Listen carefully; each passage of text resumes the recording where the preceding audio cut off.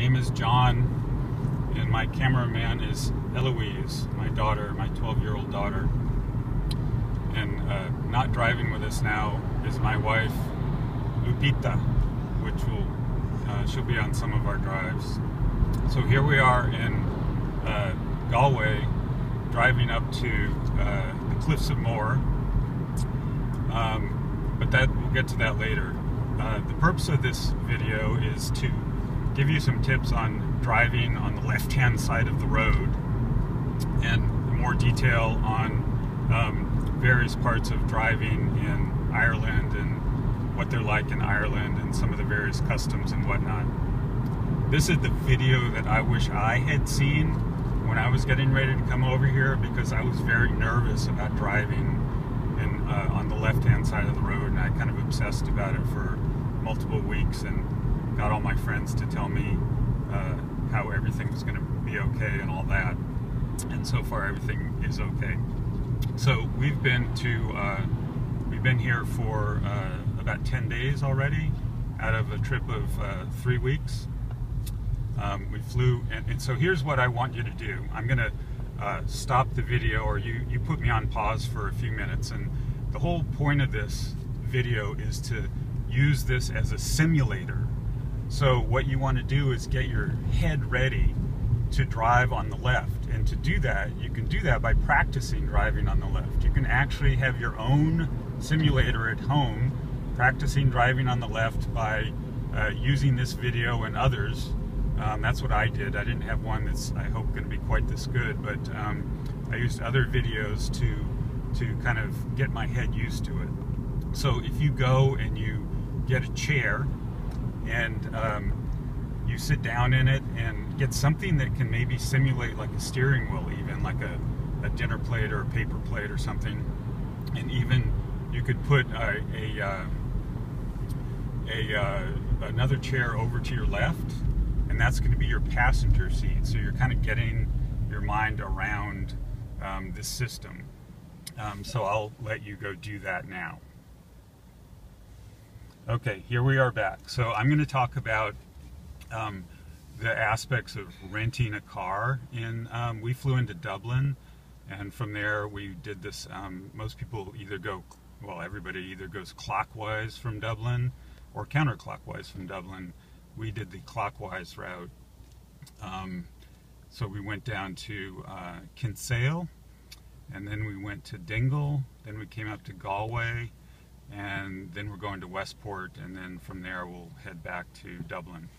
So I didn't do a whole lot of research in terms of renting a car. Our car is rented from an Irish company called Dan Doolin, so I just thought, well, that's as good as anything, and kind of keep it at home. When we got to the airport, and well, we actually didn't rent a car for a whole week. We just took a cab into Dublin, because you really don't want to have a car in Dublin at all, and there was no need to have one. So what we did is took a cab into town at the end of the week, took a cab back out to the airport to rent our car. I think you can probably rent cars from downtown Dublin and leave from there, but there's no reason why you would want to torture yourself by driving in downtown Dublin. And you're going to have to take a cab anyway to go to the car rental place, even if you rent it downtown. So it's not that much more just to head on out to the airport. And then it has one other big advantage, renting at the airport, which is you go right onto the motorway, and so it gives you it gives you time to kind of get used to driving on the left without you know, having to drive through the city. The car size, you will have read in a lot of places, you want to get as small and narrow a car as possible as your family's going to fit in. I'll take a video of our car later. There's only 3 of us, and we also pack pretty light, so we have kind of 3 carry-on bags and 3 backpacks type thing. So there's plenty of room in the trunk to fit, or there's just the right amount. At the roundabout, take the second exit. there's just the right amount of room in the trunk for our carry-on bags to fit. And you can see I'm turning to the right here, so this is going to be a roundabout that has 2 lanes, and if you're taking anything other than the first exit, you want to be in the right-hand lane so that you, well, I'll explain that more when we get to roundabouts, but that's how it works. So I'm going past the first exit and into the second exit. Well, I wouldn't really even call that a roundabout. Okay, so back to the car size. So get the smallest car you can, because there's really no need for a big car. And as I'll talk about later, there are all kinds of really narrow roads that are impossible to avoid. In terms of the GPS, the GPS that we rented is excellent. At the roundabout, take the second exit to Borgenadra. It's only messed up a couple of times, and it's been very minor kind of things. They were easily kind of figured out manually, so it hasn't been a problem.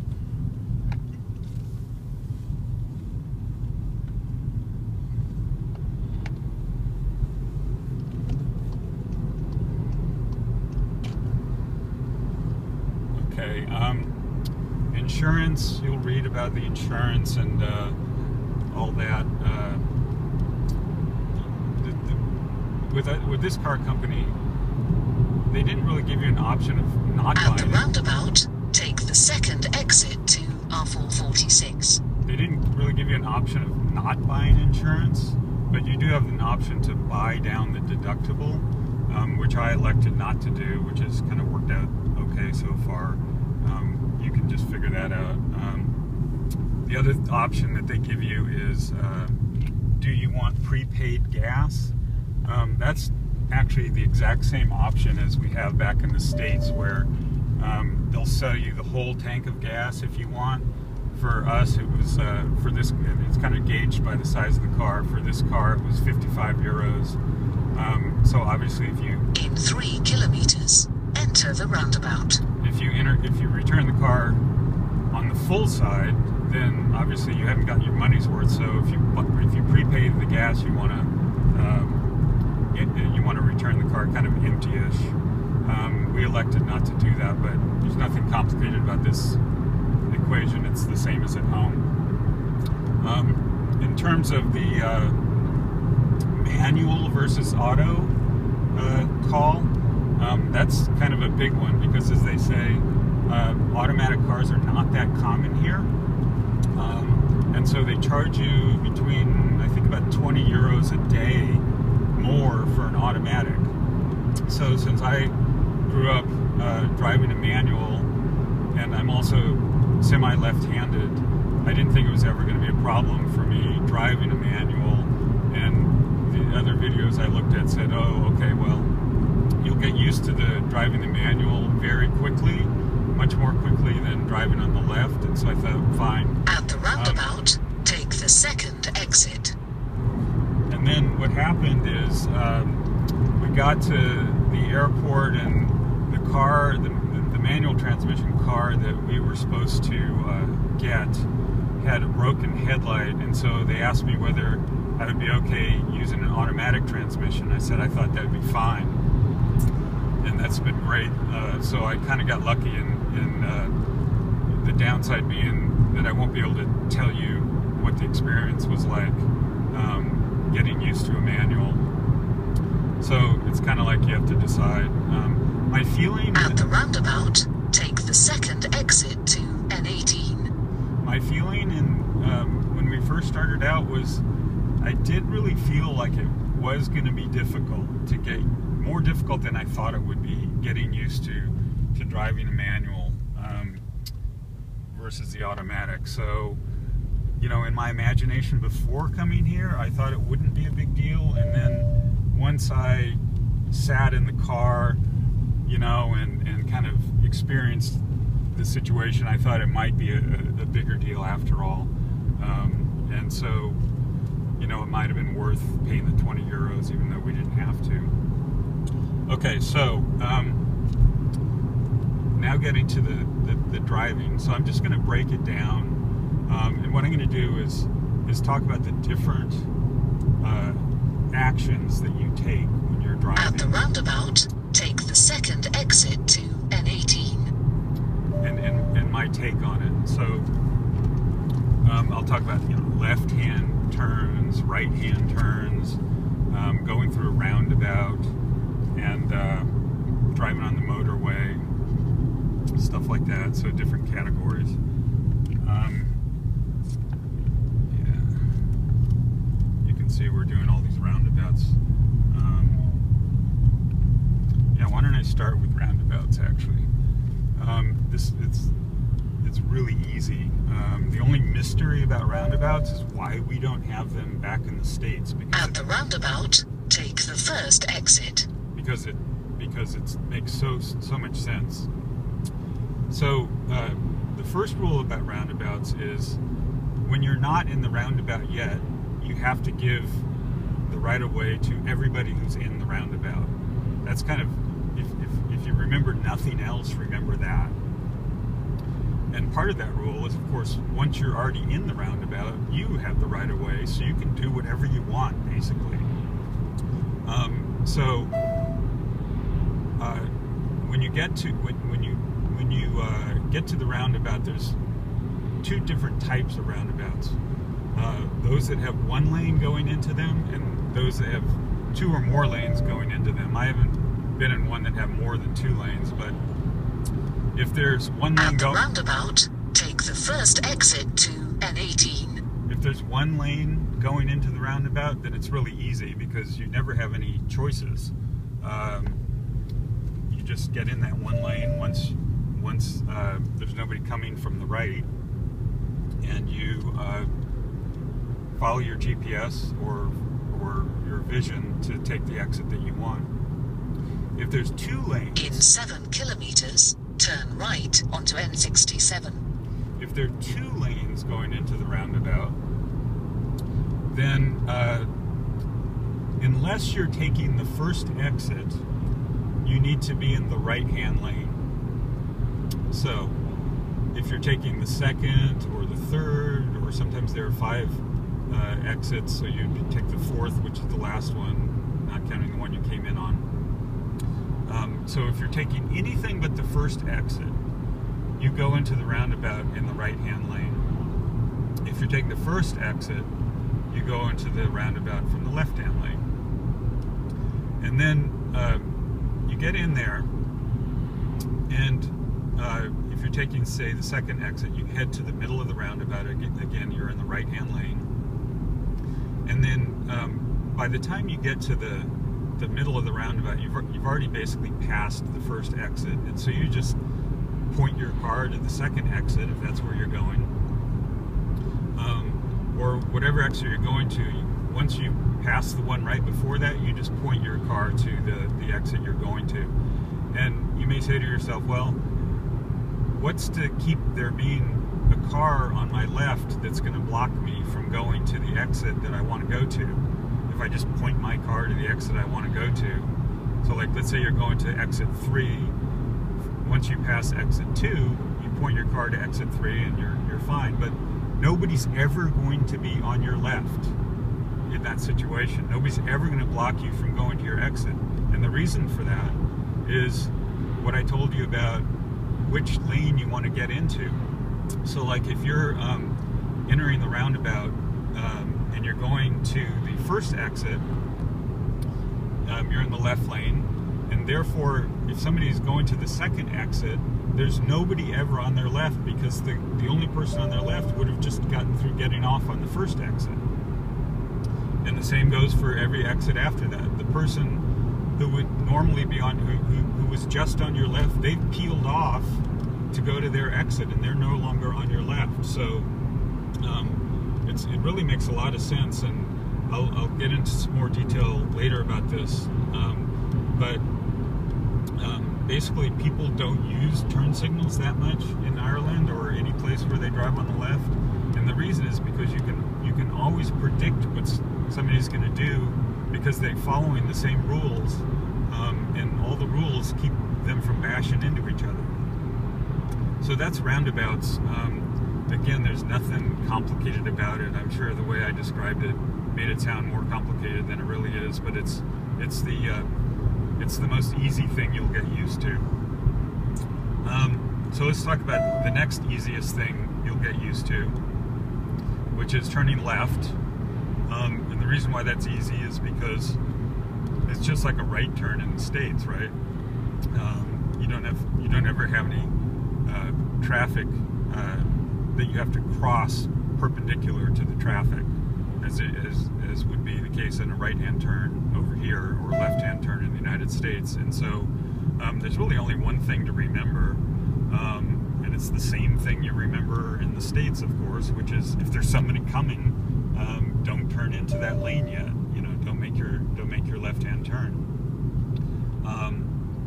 And that's really no different than, like, let's say you're in London and you're at the edge of the crosswalk, and you look down, and painted on the road it says "Look right." And that's to remind you that that's where the traffic's coming from. And so when you're making a left-hand turn, you do the exact same thing. You look right, you make sure nobody's coming, and then you make your left-hand turn. Okay, so right-hand turns are, of course, the equivalent of a left-hand turn in the States. And so it's not that much, it's really the same as in the States. The only difference being they kind of don't have really long Say a command. They don't have really long right-hand turn lanes here. They're just like little short right-hand turn lanes. Here's a good example. Eloise, can you show that right-hand turn lane? Yeah, there's a right-hand turn lane. That was actually a pretty long one.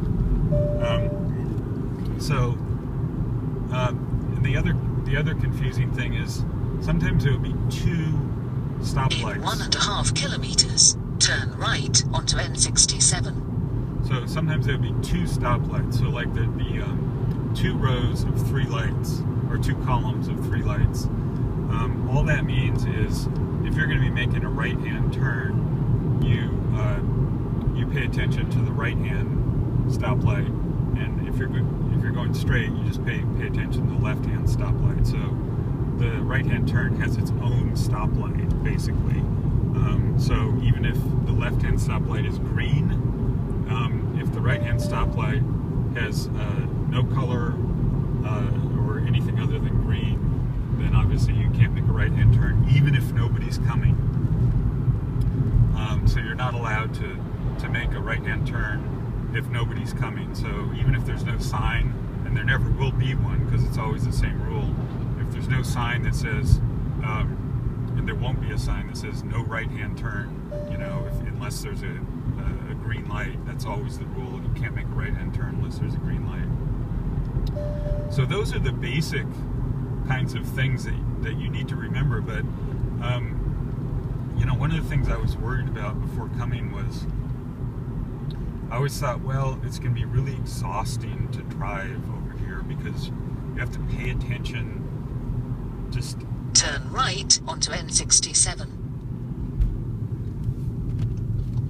You have to pay attention in the extreme, you know, kind of every second of your time driving.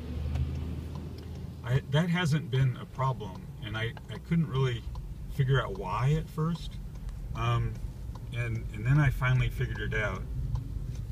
And I think the reason is because when you're driving, there's 99% of the time you're only doing one thing, and that's you're in your lane and you're not leaving your lane. No matter, you're basically just doing the same thing, and there's nothing that's going to motivate you to do a different thing, or nothing to tempt you to do a different thing. You're basically just in the lane and not doing anything different. And then 1% of the time, you're maybe making a left-hand turn, you're making a right-hand turn, or you're stopping. I haven't had to go in reverse yet, but basically all that's within the 1%. And So that's not exhausting, and it's not more exhausting paying attention to that 1% here than back in the States, because back in the States you're also paying attention during that 1% of the time. The incremental amount of attention you have to pay here during that 1% is not really that high. So you're basically not much more tired, you know, at the end of the day of driving here than you would be at home. So that's not really a concern. I thought it would be, but it hasn't been. Let me talk about kind of the unexpected things. So one of the unexpected things, and this actually goes to the 99% 1% point, which is what happens if you're just minding your own business, you're driving in the left-hand lane on a road like this, for example. So it's a 2-lane road, one lane each direction, and in this case, it's a national road, so it's a pretty wide road. There's a line in the middle, and the line in the middle tells you that there's enough room at all times for 2 cars to go on the road, one in each direction. If there's a road that doesn't have a line in the middle, that basically is telling you that you should assume that pretty much at all times that there's not always enough room for 2 cars to go at the same time. That happens fairly often, you know, on country roads. But by country roads, I don't mean something like where you just go getting off on some cow path and exploring. It's a fairly common occurrence, even though, you know, we haven't done that much driving in little places, but it happens quite a bit. So that's actually not that complicated, because you know if there's no line in the road, you should expect anything. So here's the hard part. Here's probably the only thing so far that's messed me up at all. And so maybe if you remember nothing else from this whole video, remember this, which is every once in a while you'll have a road that has a line in the middle where there's not enough room for 2 cars to get by. And the most common place for that to occur would be in a town. So, for example, maybe there's a car parked by the side of the road, and either your side or the other side, and that forces you to, even though there's a line painted in the middle of the road, to either kind of swerve into the other lane, or to, here's a good example, well, actually there's still enough room to get by here, but that's kind of the idea. There's a car in my lane, and so it kind of encroaches on my space. In the city, that happens all the time, and by city I mean town. And so that's something where you otherwise might have stopped paying attention, because you think you automatically have enough space, but you don't. And if you're not paying attention, that's where you can get screwed up, because you'll you know, tweak off your mirror, his mirror, or the side of your car, or whatever. And the actual only incident that I had so far in this whole time was I rubbed one of my tires against a curb, where it was a situation like that. There wasn't like a parked car, but I just wasn't paying attention to being over on the right, you know, toward the center enough, and we just kind of scraped the side of the tire. It didn't do any damage or anything, but that's the one thing to remember. One way that you can semi-avoid this is, and you'll read about this or hear about this in other videos and whatnot, is you stay as close as you can to the center line. Meaning, like if your tire is right on the center line, you know, on the left-hand side of the paint, then you're fine. You're never in the other guy's lane. You're as far as you possibly can be from the side of the road. the left-hand side of the road. So if there's a hedgerow or a wall or a parked car or whatever, you're kind of at your maximum ability within your lane, obviously, to avoid that thing.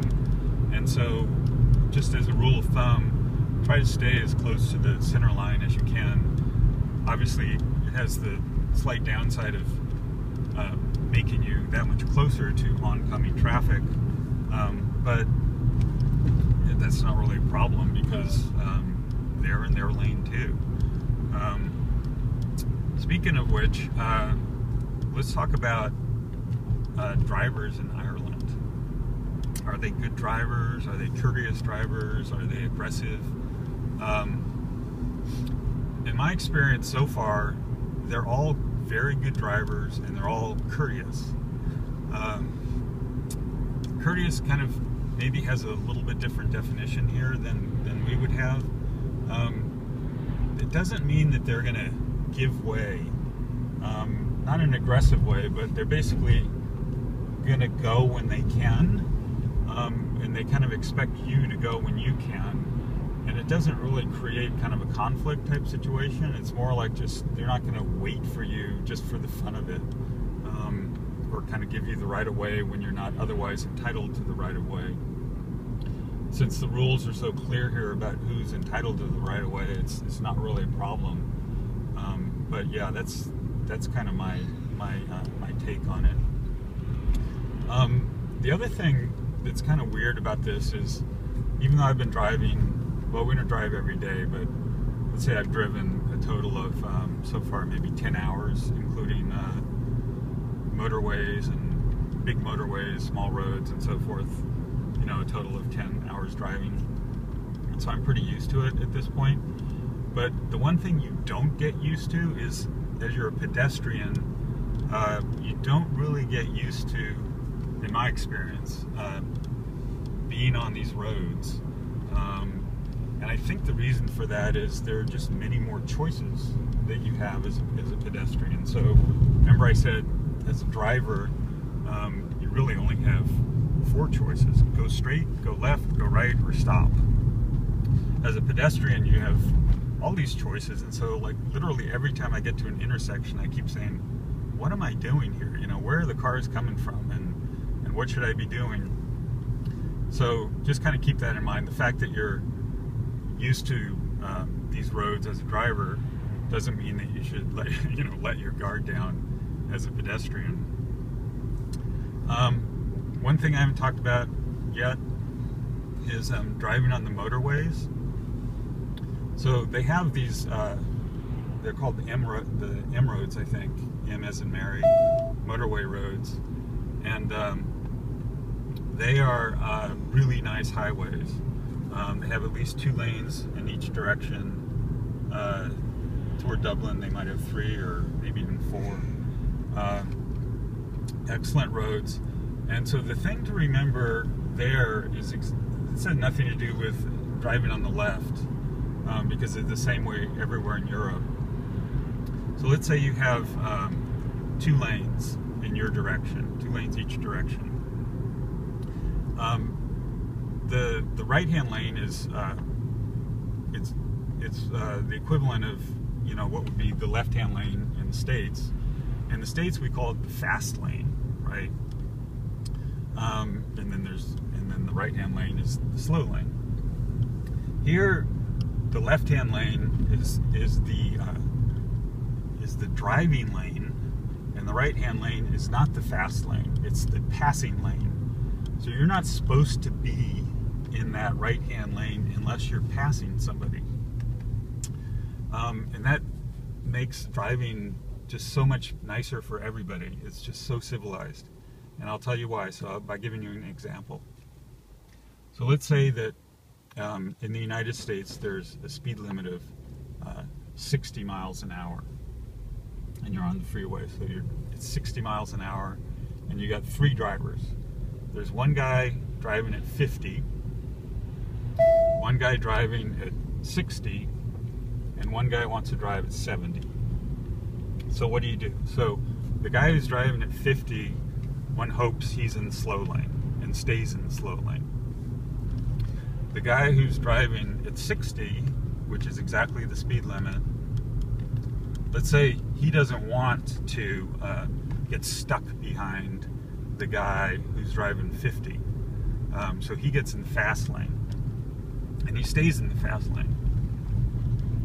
So then you got the guy who's driving 70 or wants to drive 70, and he's not going to be in the slow lane because he'd be stuck behind the guy who's driving 50. So he's in the fast lane, and yet he gets stuck behind the guy who's driving 60. Why doesn't the guy who's driving 60 get out of the way? Well, the guy who's driving 60 doesn't get out of the way because he says to himself, I'm driving 60, I'm driving the speed limit, I'm entitled to be wherever I want on this freeway. And he sees the guy maybe behind him, the guy who wants to drive 70. He doesn't know that the guy wants to drive 70. He knows the guy's right behind him, but he doesn't know what's going through that guy's head. So the guy who's driving 60 just sits there. The guy who wants to drive 70 just gets more and more pissed off. And somehow he eventually gets by, but he gets more and more pissed off, and he doesn't get to do what he wants to do. So it's just a problem. Here, let's say you've got the equivalent. So let's say you've got 3 drivers. Let's say the speed limit's 100 kilometers an hour. And you got 3 drivers. One is driving 90, one at 100, and one at 110. So in that situation, everybody drives in the driving lane. If you want to pass somebody, you just get out into the passing lane and pass them, and then you get back into the driving lane. If everybody's going slower than you, kind of at all times, like let's say you want to go 130 in a 100 kilometer an hour zone, you can do that. Then you stay in the passing lane, not because it's the fast lane, but because you're constantly passing people. So every once in a while you'd see somebody doing that. They're basically kind of constantly in the passing lane, but it's only because they're constantly passing. It's just super civilized, makes all the sense in the world, and it's actually one of the examples of the reasons why people don't use their turn signals here and don't need to use their turn signals. Because let's say you're the 60, let's say you're the in my example the 100 kilometer an hour guy, and you're in the driving lane, and somebody's passed you, and then he turns over to get in front of you, but he hasn't used his turn signal. So in the States you might say, well, that's rude. He didn't use his turn signal to tell me he was going to move in front of me. But he didn't need to, because you know he's going to move in front of you, because he's required to move in front of you because he's in the passing lane and he's through passing. And so it actually makes a lot of sense to not necessarily use turn signals. I'm not saying you shouldn't use them. It's not rude to use them. It's actually kind of slightly polite, I suppose, to use them. And if you're in the habit anyway, then by all means use them. That's what I do. But you don't really have to in most instances. I think if you're making a right-hand turn, you would typically use a turn signal, and certainly you would if there's no right-hand turn lane, which happens once in a while. So I'm going to put you on pause, and I think I've gone over 80 or 90% of the material that I wanted to. I'll look back at my notes, and then probably what I'm going to do is get Eloise to help me with filming some special situations that I've mainly already talked about, and just say, oh, here it's happening what I mentioned, and here is what I meant by it, and you can kind of see the details. And all the while, remember, you're holding your paper plate and pretending like you're me, and getting used to driving. So if you don't want to watch that part, you've already gotten at this point most of what I have to tell you. Oh, there's something else, Eloise? No, nothing. Okay, so I'll be back with some more short clips probably, and I might, if I figure out how to edit this thing properly, put in some script down below with some commentary and whatnot. And so happy travels. Thanks, Eloise.